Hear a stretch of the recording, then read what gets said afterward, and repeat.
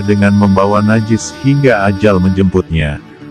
Alkisah, di kalangan Bani Israel terdapat seorang ahli ibadah. Ia rutin berdoa di rumahnya yang terletak di atas gunung. Pada suatu hari, ia keluar dari rumahnya untuk berjalan-jalan sembari mengagumi keindahan alam ciptaan Allah. Tiba-tiba, lewatlah seseorang yang berbau kurang sedap di hadapannya. Ahli ibadah itu segera berpaling dan mempercepat langkahnya. Pemandangan itu kemudian dilihat oleh setan. Lantas, setan ini menampakkan dirinya dalam wujud manusia. Makhluk terkutuk itu tampil dengan rupa seorang tua renta. "Wahai hamba Allah, sungguh, amal kebaikanmu menguap, tidak dihitung di sisi Allah," kata kakek yang ternyata adalah setan. "Mengapa begitu? Karena engkau enggan mencium bau sesama manusia," ucap setan itu seraya pura-pura bersedih.